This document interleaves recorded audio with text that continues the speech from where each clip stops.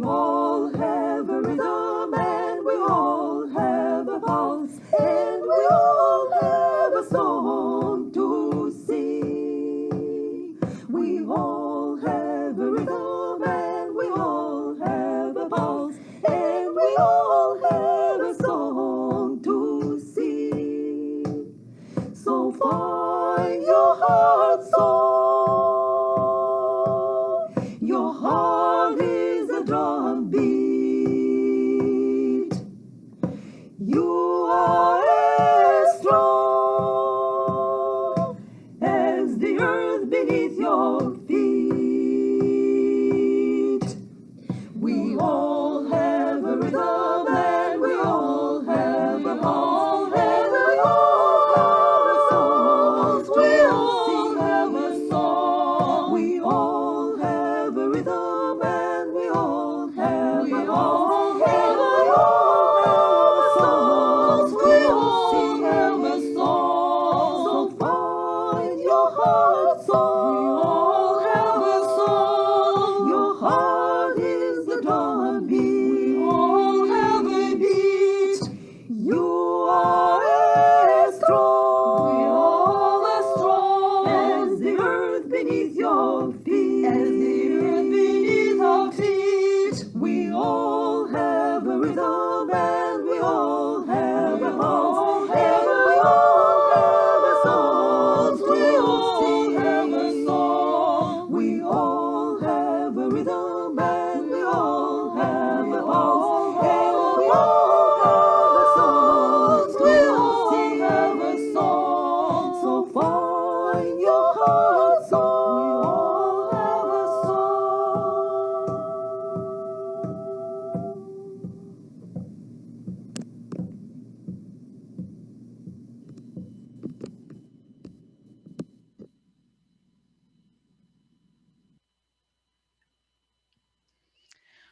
Welcome, beloveds, to this fourth and final service in our series called Busy, Reconnecting with an Unhurried Universe. Today, we challenge the idea of being busy as a measure of our worth. In our society, we get big points for productivity, collecting accomplishments, having and being more, but we're paying a high price in self-esteem, physical health, enjoyment of life, and connecting to one another. So today we explore our deepest desires and values, our own wants and needs, what excites, restores, and delights us. What hidden treasure awaits when we take time to reconnect with ourselves? So as we enter into worship this morning, I invite you to take a deep breath. If you have a watch on, I invite you to take it off for the hour of worship. And if you have a phone, I invite you to turn it off or put it away now. Let these simple acts, or maybe not so simple acts, be a sign of the commitment to give ourselves a break, to give ourselves just an hour, to catch our breath, to give ourselves time to reconnect with that spirit of life that continues to hold us. Let us pray a prayer for clearing out. Unhurried universe, we come today hoping for tools to sweep away the stress. Let us make room for ourselves. Nudge us in this time of worship to seek the things that really matter. Let us find room for the beautiful, precious soul that is a gift to the world. Help us to claim our own selves as sacred sanctuaries in which the holy dwells. Let us be room for light, for love, for wholeness and completeness. Let us reconnect with that inner voice which invites us to wholeness. Amen, and blessed be. Our chalice reminds us that the fire within ourselves is the same fire that illuminates the universe. It is our reminder that all is connected, even though the space of the void is vast, and our experience here is but a blip in the cosmic timeline. This flame is our promise that in our smallness and our short time on this earth, that we live intently and deeply, with love for one another, with honesty and integrity, to be guided by rational thought and critical thinking, and with a sense of shared responsibility. For as the late astronomer Carl Sagan reminded us, this pale blue dot is the only home we've ever known. And now, with your microphones on mute, will you share in singing This Little Light of Mine?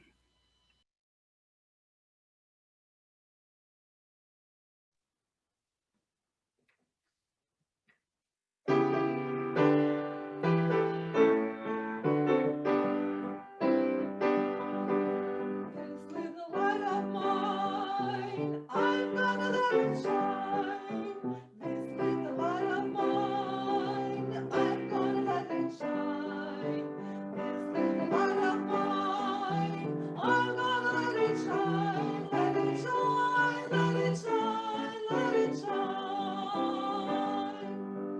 Everywhere I go, I'm gonna let it shine. Everywhere I go, I'm gonna let it shine. Everywhere I go, I'm gonna let it shine. Let it shine, let it shine, let it shine. Building up a world, I'm gonna let it shine.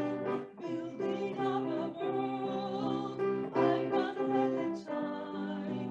Building up a world, I'm gonna let it shine. Let it shine, let it shine, let it shine.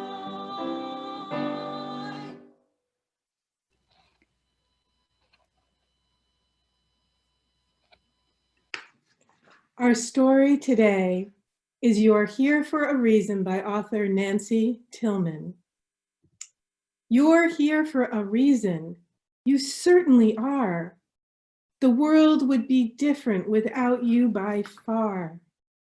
If not for your hands and your eyes and your feet, the world, like a puzzle, would be incomplete. Even the smallest of things that you do blossom and multiply far beyond you. A kindness, for instance, may triple for days or set things in motion in different ways. It travels much farther than you'll ever know under the treetops, over the snow, till it's wandered and fluttered and floated and twirled, making things happen all over the world. You're here for a reason. It's totally true. You're part of a world that is counting on you. So don't be too worried if some days fall flat. Good things can happen even from that. Life can be tricky. There isn't a doubt. You'll skin your knees trying to figure it out. But life works together. The good and the bad, the silly and awful, the happy and sad. To paint a big picture, you'll always see a picture that needs you most definitely. Remember that next time a day goes all wrong to somebody else, you will always be strong. And that ball that you lose or the kite you let go could make someone's day. You just never know.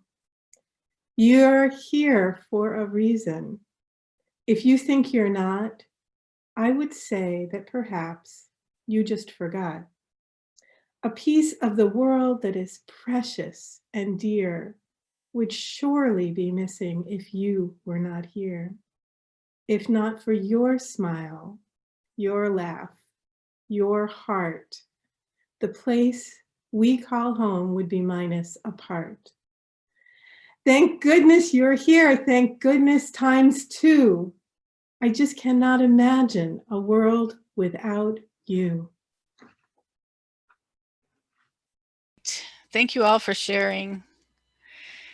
Thankful for the blessing of being together in community. We hold all of these joys and sorrows and concerns in our hearts, and we sing together, Draw the Circle Wide.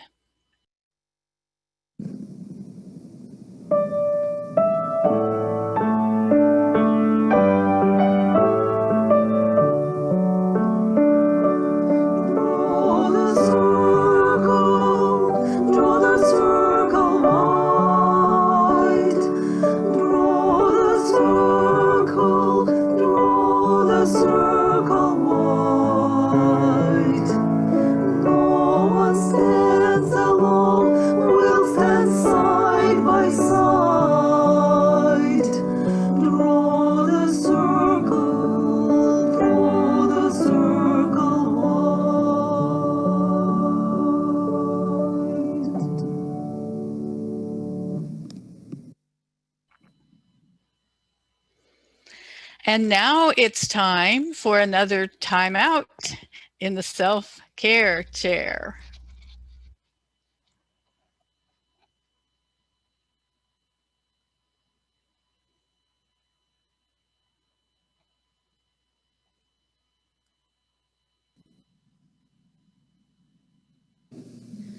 I invite you to take a few moments today to reconnect with yourselves.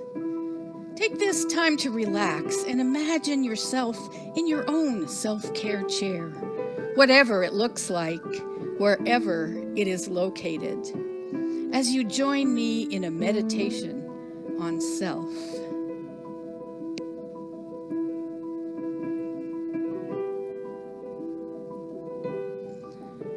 Who am I? What makes me different and unique? What do I value? What are my hopes and dreams? Where is my life headed? Where do I come from? Who stands behind me? What gifts was I born with? What gifts have I developed? What gifts do I have to offer? What makes me happy? What brings me peace? What comforts me? When do I feel most like myself? What makes me dance for joy? What stirs my soul? What lights up my life? What is my place in this vast universe? What drumbeat marks the rhythm of my life's song? I am me. I am enough.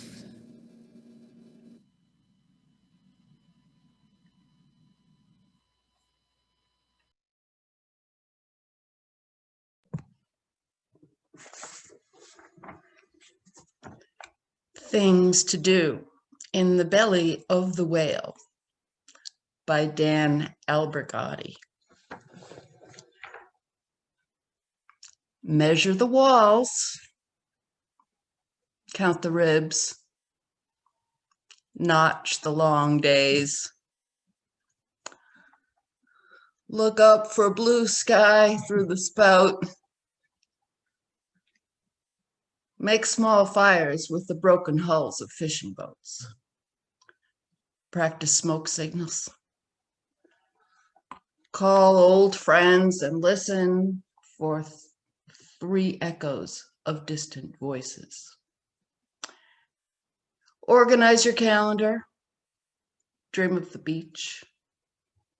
Look away. Look each way for the dim glow of light. Work on your reports. Review each of your life's 10 million choices. Endure moments of self-loathing. Find the evidence of those before you. Destroy it. Try to be very quiet and listen for the sound of gears and moving water. Listen for the sound of your heart. Be thankful that you are here, swallowed with all hope, where you can rest and wait. Be nostalgic. Think of all the things you did and could have done. Remember treading water in the center of the still night sea, your toes pointing again and again down into the black depths.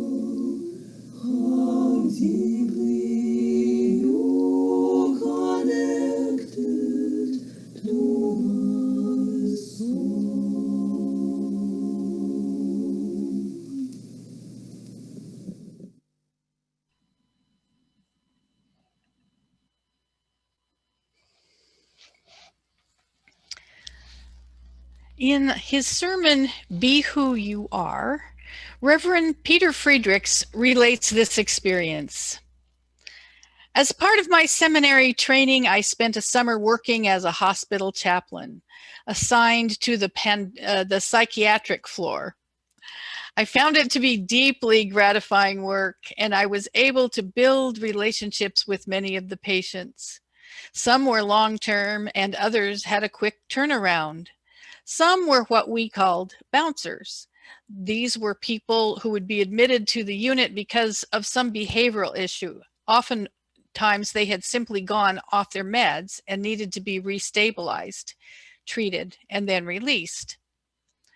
But within a matter of days or weeks, they'd bounce back to the unit again. So in the course of my 8 weeks at the hospital, some patients bounced several times. My favorite bouncer was Rose. Rose was a lovely woman who was about 80 years old, who suffered from schizophrenia.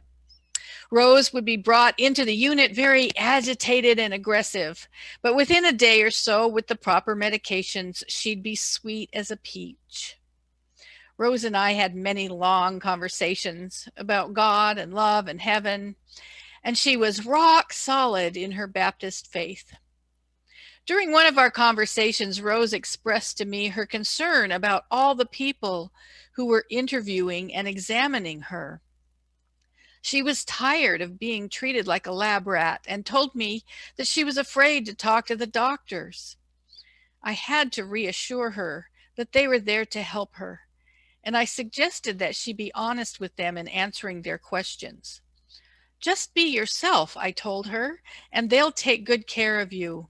Rose's response to my sage advice was a priceless gem that I'll never forget. Be myself, she said. Of course I've got to be myself. Everybody else is already taken. There is only one you. There is only one me. We each have something unique and important, powerful and beautiful to offer the world. And to do that, we must be who we are born to be.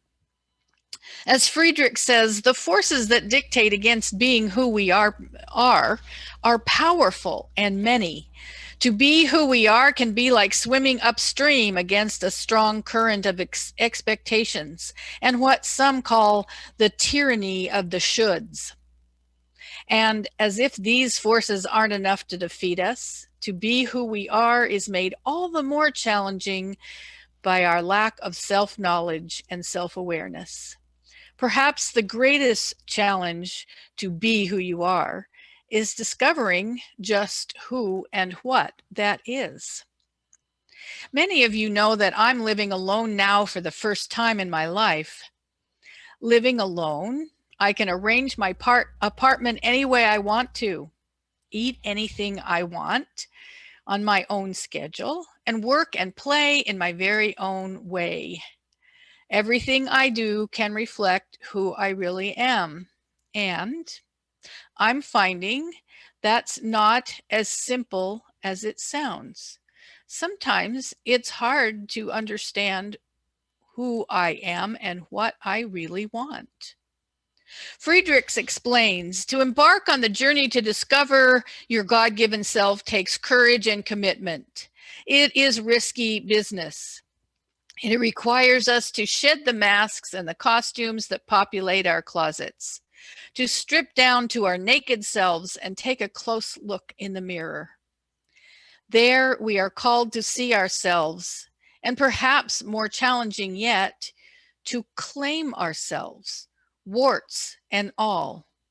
Parker Palmer puts it this way: I know myself to be a person of weakness and strength, liability and giftedness, darkness and light.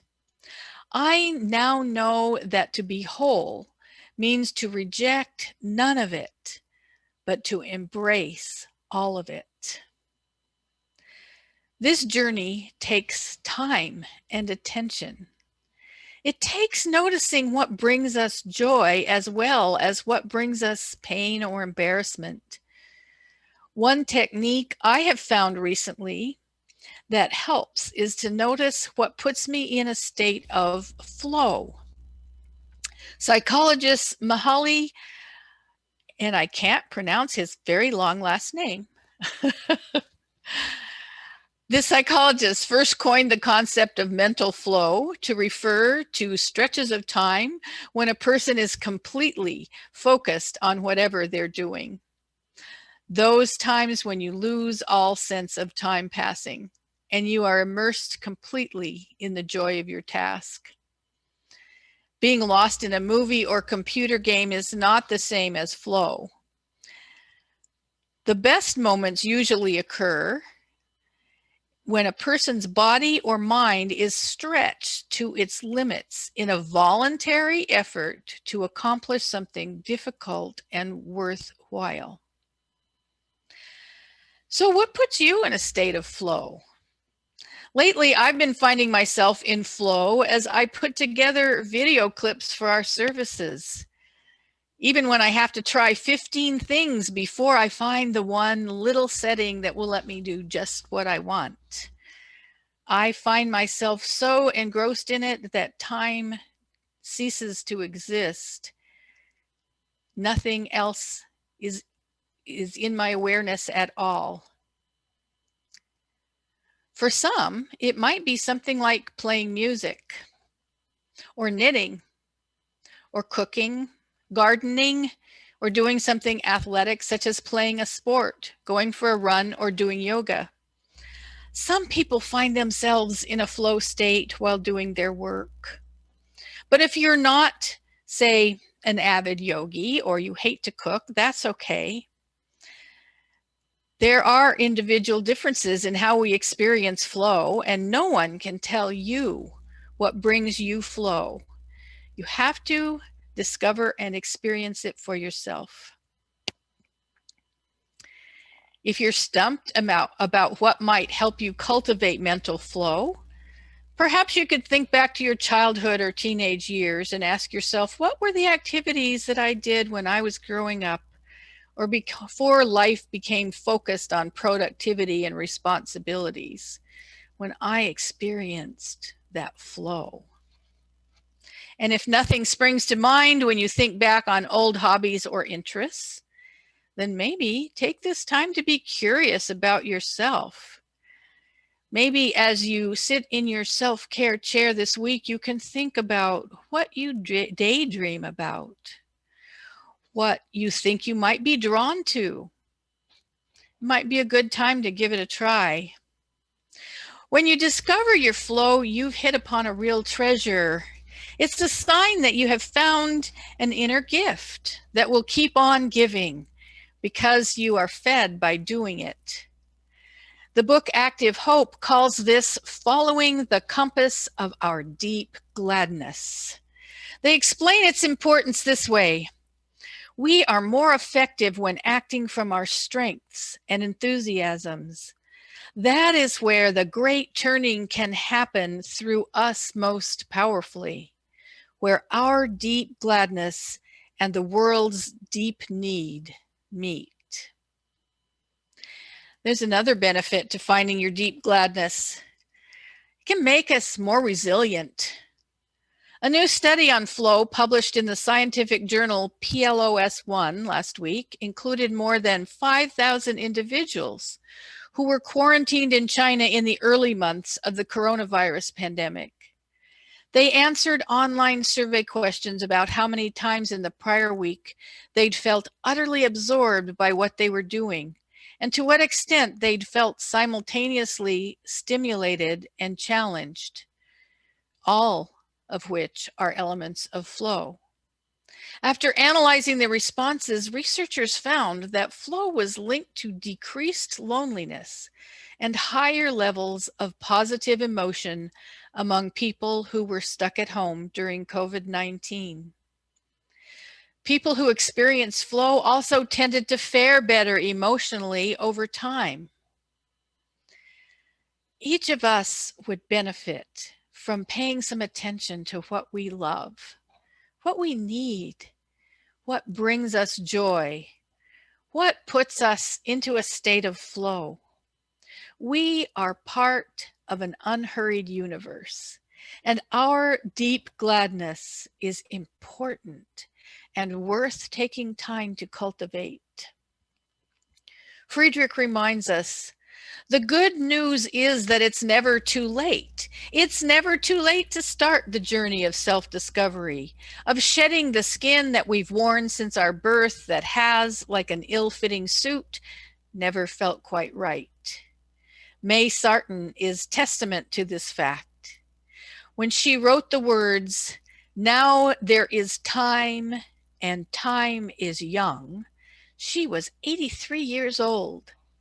It was at this chronologically advanced age that she discovered her true self and finally felt her own weight and density, as she put it. To be who we are is to offer the world the greatest gift we can give. To invest our lives and all that we do with sincerity, authenticity, and deep commitment leads us into relationships with other authentic selves. And in entering into those relationships that are sacred in the true meaning of that word, we cannot help but bring our collective power to bear against the forces of injustice, hatred, and oppression. Our collective wholeness will, by definition, heal the world. So let us go forward into the winter holiday season, reassured that we are strong and resilient, that we can find joy and that we deserve it, that despite any feelings of disconnection, we are deeply connected with one another and with life itself.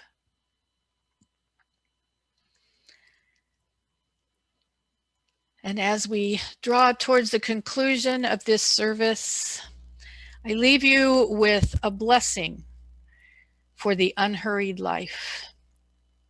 May the tempo of your journey be just right.